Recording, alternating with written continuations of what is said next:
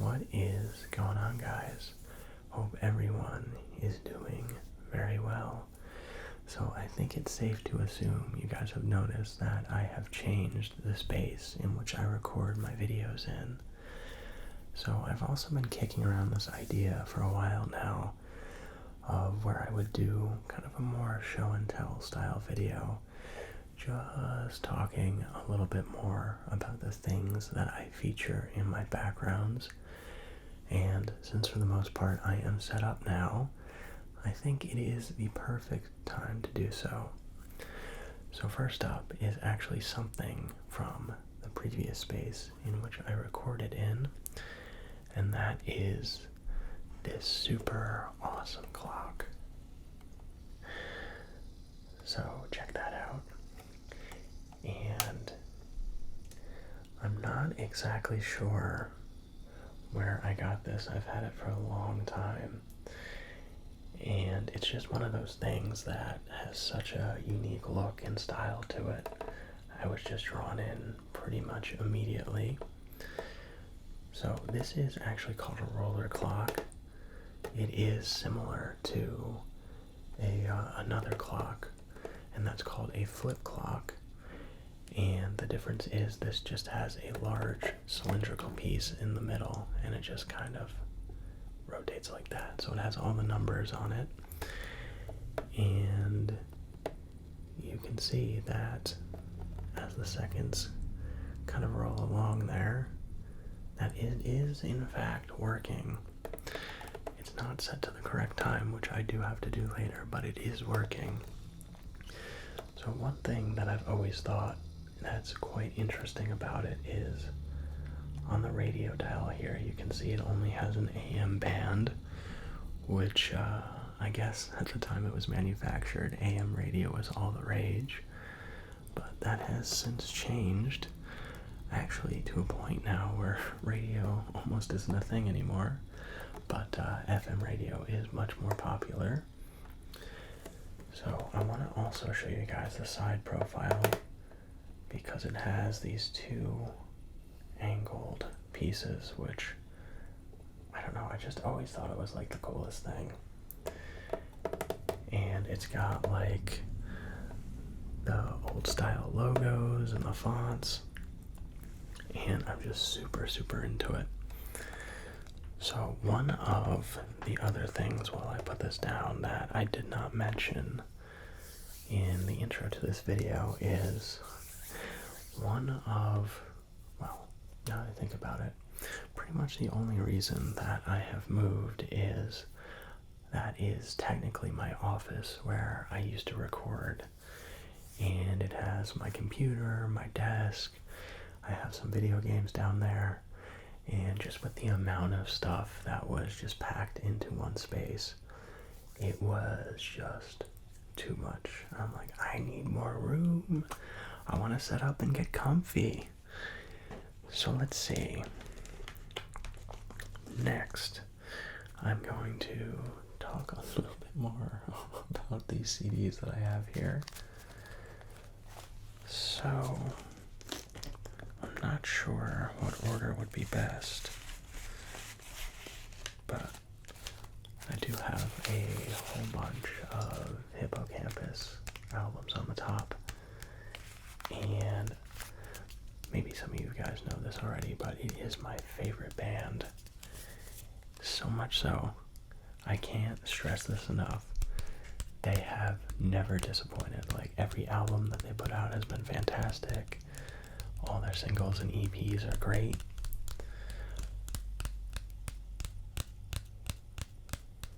And this album that I'm holding now is actually the only one that I also have on vinyl. Oh my goodness. I don't know, it's just sort of funny. I was reading an article the other day, just talking about some of the, I guess you could say just how popular the rise in vinyl records has been over the past few years. And so much so that it said 50% of people who own at least one record don't have a record player. And it's so funny because the one record that I do own is in a frame to hang on the wall. So this is their album Bambi. This is their kind of 2 EPs in one. It's called the Halluciline EP, and it features their combination of their Bashful Creatures and South EPs just collected into one volume. So let's see. And this is another one of their EPs. I've always really liked the artwork and the fonts and design decisions that they've made. So let's see. Bad Sun's first album. And it's kind of funny because when I ordered this, at some point it was part of a library catalog, and I've just always thought that was so funny. And here is a great live album by Gary Clark Jr. And I've always been really, really drawn to his live music. And he's a really excellent guitar player if you guys haven't heard of him. And this is a really great album to get started, to kind of get to know a little bit more of his style as well as his playing, and just a little bit more about him in general.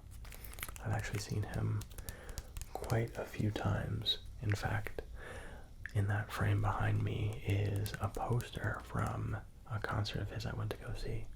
I'll actually be talking more about that later, I think at the end, because I'm going to have to move the camera to talk more about that light too.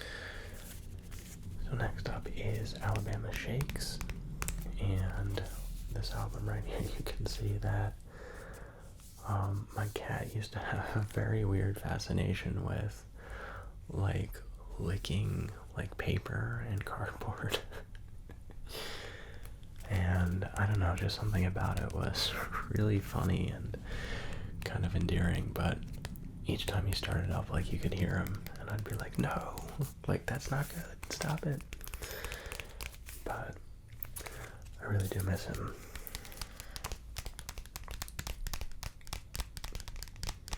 So, he was a very, very good cat. So here's one of the more colorful albums from Floor. And fun fact, I went to go see a band called Coin, and while I was standing in line, somebody from, I forget what record company they're signed under, but they were giving out like free stickers and stuff from them. So I was like, oh, cool. And then next thing I know, I checked them out and I'm buying their CDs. So marketing like that apparently works. And here we go. I just looked at these two albums and the one underneath it. It's so funny. It's like grouped into like English rock to start off with. But these two are from a band called Catfish and the Bottlemen, who have really blown up over the past, I want to say 2 to 3 years, for putting out strong albums and also touring with Green Day, which will certainly bring you a lot of attention, and it's well deserved. They are very, very good. So let's see. We have a band called The Heavy, and they're one of those bands that, like, if you watch TV and you've heard commercials, like, some of their songs have been featured a number of times in those. So if you look them up and like go on Spotify, for example, and see their top play, you'll be like, oh my goodness, I remember that song. I don't know what it was from, but I remember it. Let's see, we have a couple more here. One by Saint Motel, St. Mo television, and I really, really like just everything that they did with the graphics, from the color to all of the different elements that they brought in, like she's diving into a pool, like it's a retro TV at the same time. And on the inside, it's these old school graphics, kind of inspired by, if you've seen like old TV logos and what's the word for fonts? I guess I'm not feeling fancy today. But it's just really cool. You guys know this album. There's no way that you haven't seen this one. Childish Gambino. I'm forgetting the name of the record all of a sudden. I think it's Awaken My Love. Yeah. Heavily influenced by some of the styles of the 70s specifically. And actually, I think that's the reason why I like the heavy too, because they have that old rock sound. So, you guys know Childish Gambino. It needs no introduction. And finally, AM by Arctic Monkeys. It's got, I don't know, I find the Arctic Monkeys album, like, in general, like, some of them I connect with, some of them I don't connect with as much, but this one has some real bops on it. Like Are You Mine specifically. That's a really good one. Alright guys, I'm trying to keep this a little bit more relaxing in my tone of voice. I keep catching myself like, obviously I am excited to talk about these things, but I want to keep it sleepy, you know? So next, we are going to talk about this camera, and it is one of those old school point and shoot film cameras. This is the Nikon Light Touch Zoom 140, and I don't have a battery in it right now. I don't really like to put batteries in my cameras while they're just sitting around, but normally what would happen is the lens would pop out, and there's the zoom buttons on the back. It actually zooms in quite far, all the way from 38 to 140 millimeters. And it's just one of those cameras that is really nice to have with you, just if you're kind of out and about and not shooting too seriously. And it also does have a panorama mode here. So which side is it? Like that. You just flip the switch, but that's not a mode that I actually use. I really don't like the ratio of panoramas, that really long and narrow band. It's just not a form factor that I really connect with. And the shutter button sounds quite nice. So you just, oh my goodness, there it is. I don't really have nails, so normally you just open up the back, put the film in there, and extend the film leader, and then close it, and it will wind it automatically, which is super, super handy. That was quite loud. So guys, next I want to show you the books that I have over here on my left shoulder. So give me 1 second and I'll be right back. Alright guys, so the first book I'd like to talk about in this little pile is one that I've been reading with my girlfriend in our cozy book club together. But it is called The Courage to Be Disliked. And I think we've read about a half dozen chapters now. In fact, we are overdue for our next meeting of our book club. And my girlfriend is just coming back from vacation, so we've been trying to arrange a time for the both of us. But the book is told in a very interesting style. It is framed as a debate between a younger person and a philosopher. And it takes on these big and kind of abstract things that we encounter throughout our lives. And I think I've mentioned this before. I know I talked about this book previously.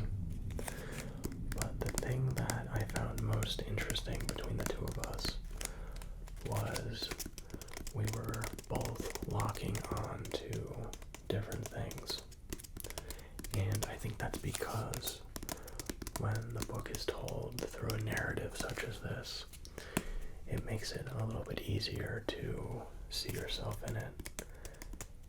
And especially if there is something that you're like, oh man, I definitely used to do a lot of that when I was younger.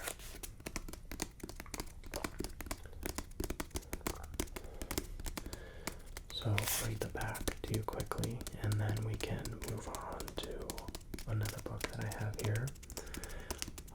But it says, the runaway international bestseller. It has sold more than 3 million copies. Discover why unhappiness is something you choose for yourself. Life is not a competition. Admitting fault is not defeat. What real freedom is. How to exist in the present. How you can be happy now. And so much more. And I think with books like this, you don't necessarily have to take everything that it says wholesale, but you can just kind of pick and choose where you find meaning and draw inspiration from that. So it's getting a little bit crowded over here.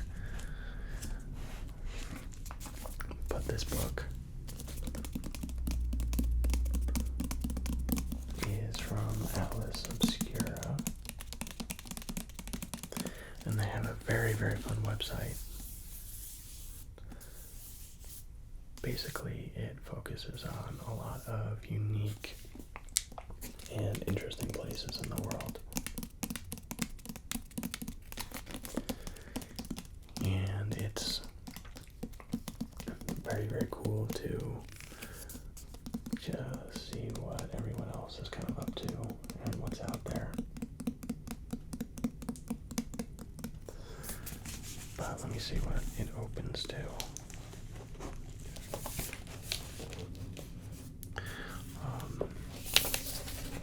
For example, like something like this.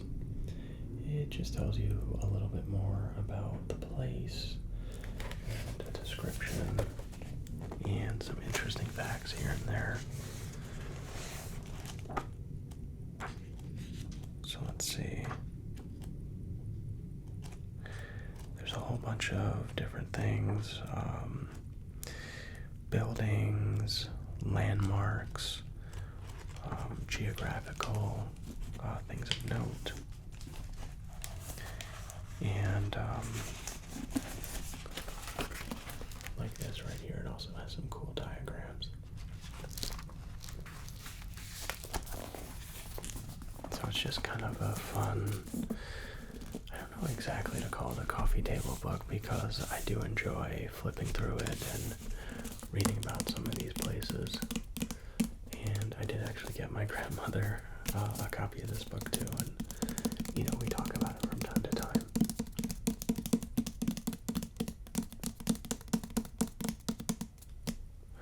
So next up is a book that I purchased for school. This is Architecture Theory since 1968. And to be honest with you guys, it's a page full, or I should say it's a book full of just pages of words. and not a lot of diagrams. So I would not say it is the most exciting book, but as far as for the background of video purposes, the cover is pretty interesting, and I paid a lot for this book, so I want to get some use out of it. Oh my goodness, I could talk about that for a while, just how much school books are and how little you use them. Like literally one time I purchased this one book and it was maybe about, I want to say $60 or $70, and literally we used 3 pages of it through the year. And it's like, come on. Like, couldn't you just, as a teacher, if I was a professor and I needed just 3 pages, I would say, you know what? I'm not going to make people buy it. I'm going to take the copy of the book that I own. I'm going to photocopy 3 pages, and I will give everyone those copies.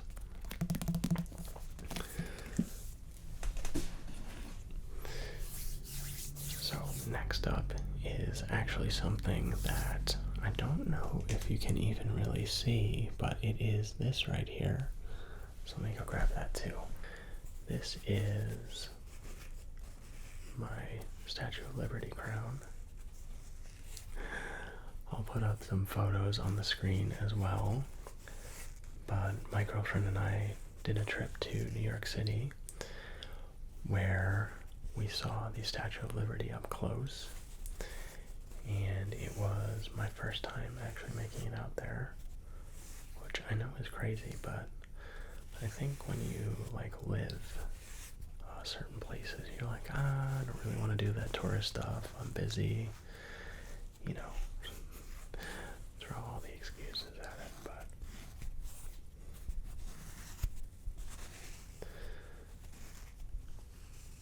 I think the foam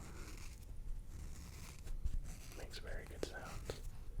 Let me try to be a little bit more quiet, because it's quite subtle. And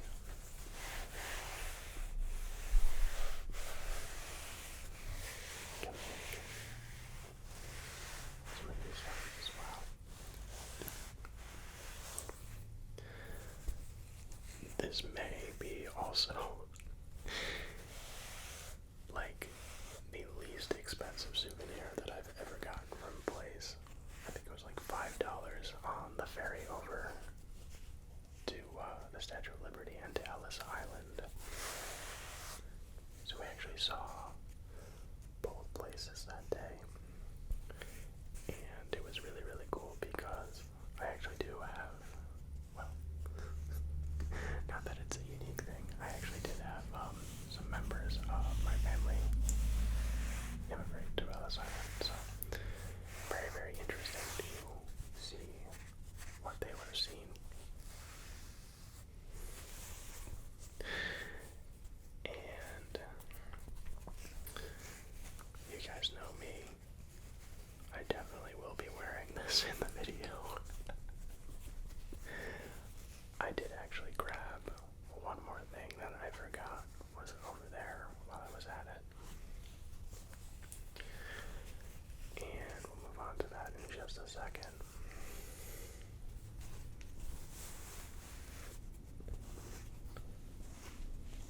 But I actually really, really do like these sounds.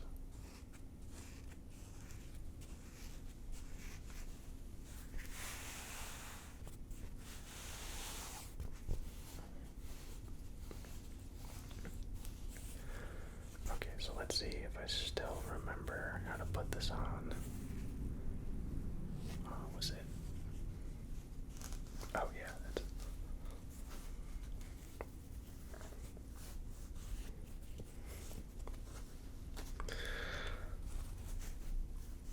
Oh, what can I say, guys? I'm in my cool guy phase. That's just how it is.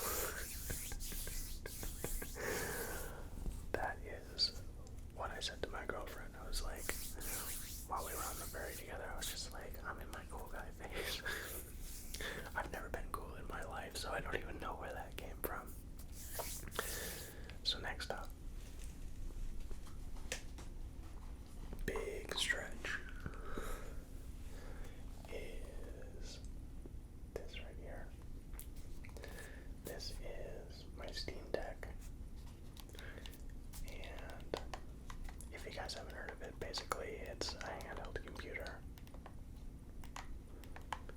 Kind of the same idea as like the Nintendo Switch, for example. Well, maybe more the Switch Lite because it doesn't have these controllers on the side that separate from the body. But it's just a really, really nice device,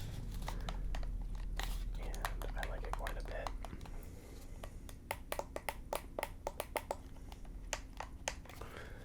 So you can see I have a skin on the front just to protect it a little bit. Plus, you know, it just wasn't blue enough, so you gotta do what you gotta do.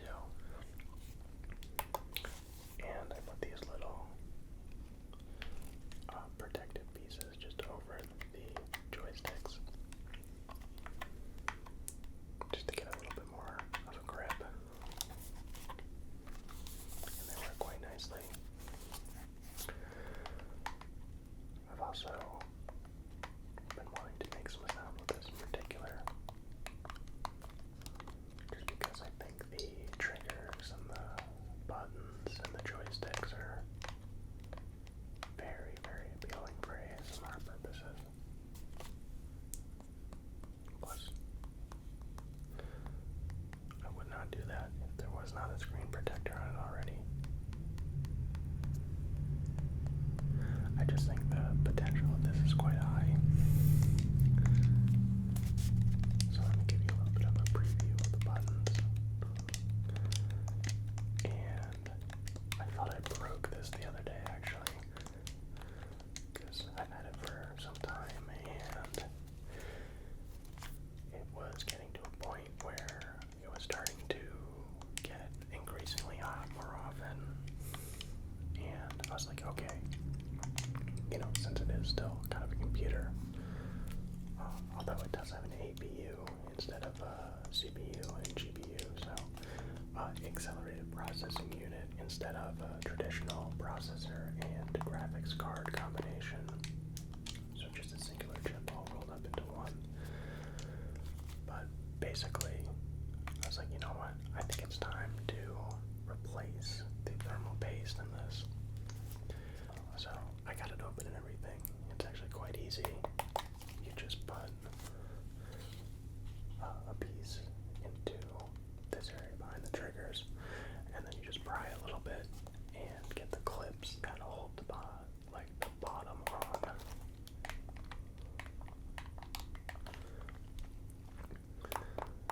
So I take the metal shield off on the inside. I get some rubbing alcohol, take the thermal paste off, and put some new thermal paste on. And I disconnected the battery just to be safe. So sometimes it's better just to be safe and take these extra steps. Because, you know, sometimes if you're into these devices with a screwdriver, all it takes is just to sort of hit the wrong thing before you're connecting a circuit and basically shorting it. So I was like, I'm not going to do that. I'm going to take the extra 30 seconds and take the battery off. So I make a replacement, get it all closed up, and I go to hit the power button, and it has a chime like that. Oh, I didn't realize this was on. So it's like that, and you can scroll through your games. And the operating system on it is called SteamOS. It works very well. But let me just wrap this very long-winded story up and we can move on. But nothing was displaying on the screen, and I was like, oh my god, I broke it. So I went online, tried to do everything that the documentation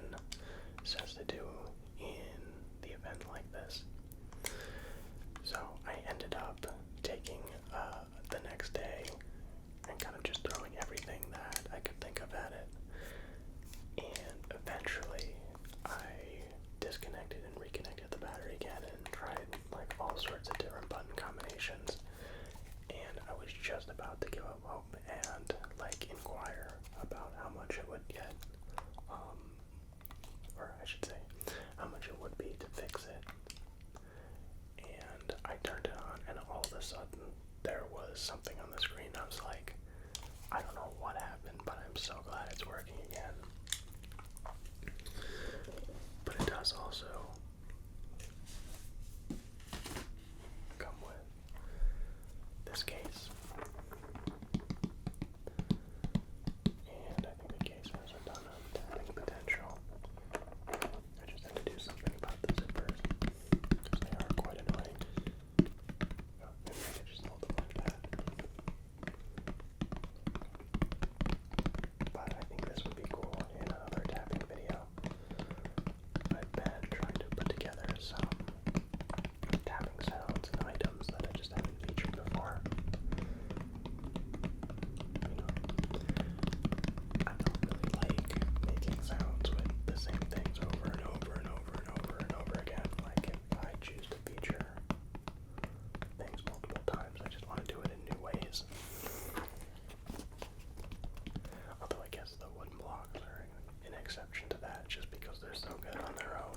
So some of the last items that I'd like to talk about before we move on to the lamp here and the poster are some of the pictures that I keep on my dresser, which are all of these. So this one here is a picture of myself with one of my best friends, and that was one of the days that we went to the aquarium. And my friend actually works in research for aquaculture, so he's very into it. I love going to a good aquarium though. So that's us together, and they were really good about photoshopping the background in it because we were just in front of a green screen. I wish we were with the penguins like that though. So next is this one here of us together, and I don't know what I'm doing, but I just, sometimes when you're like, oh, that's a good picture, I just wish my face looked slightly different. It's like that, and it is kind of funny though. And this one is also a really nice picture that I quite like.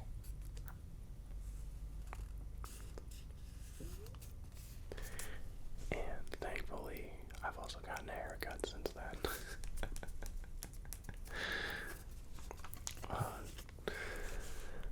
I don't know what it is, but like, now that I know it says don't put in mouth, I'm like so much more tempted.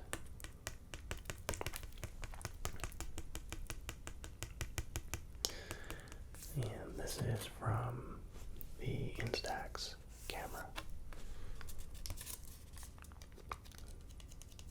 So it's not really like a serious film camera, but it's really, really enjoyable for taking some photos like this.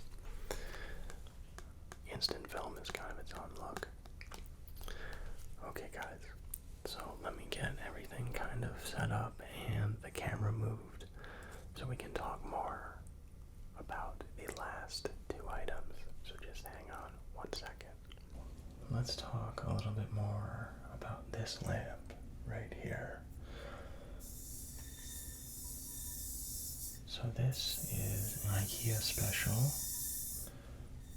and I don't remember the name of it, but chances are I would not be able to pronounce it if I did. Like sometimes you'll be on their website or at the Ikea store and you'll be like, oh my goodness, I don't even want to attempt how to say that. Like, I feel like there's some things that they sell where you could give me 100 attempts to say it correctly and that still wouldn't be enough.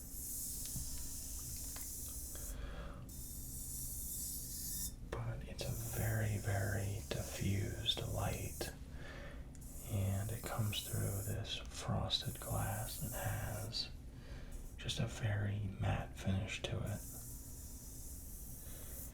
And the base,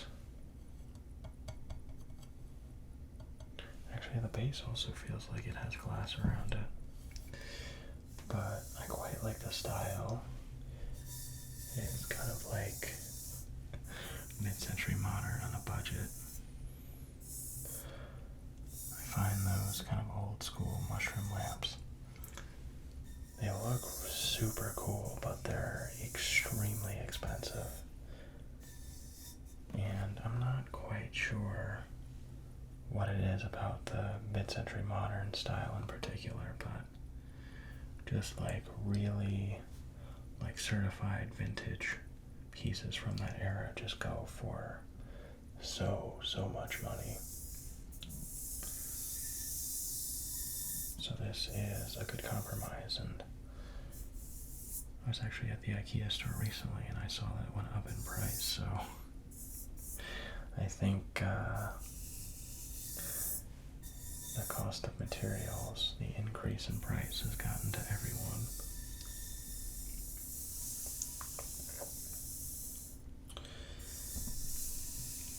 So let's see, guys. I have one more item for you, and it's right over here.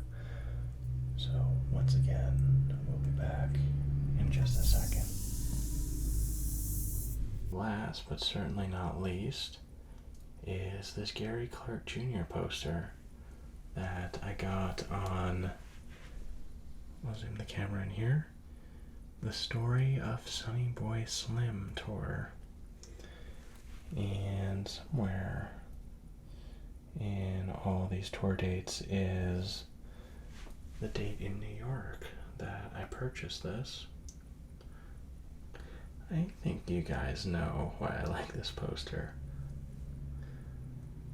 Again, how many times are you gonna hear me talk about the retro style graphics, but I know a lot of people kind of like attempt these, but I think there's only really a small percentage that are successful, especially when you integrate things like this into it.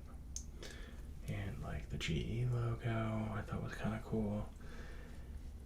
And this is actually a frame that my dad gave me,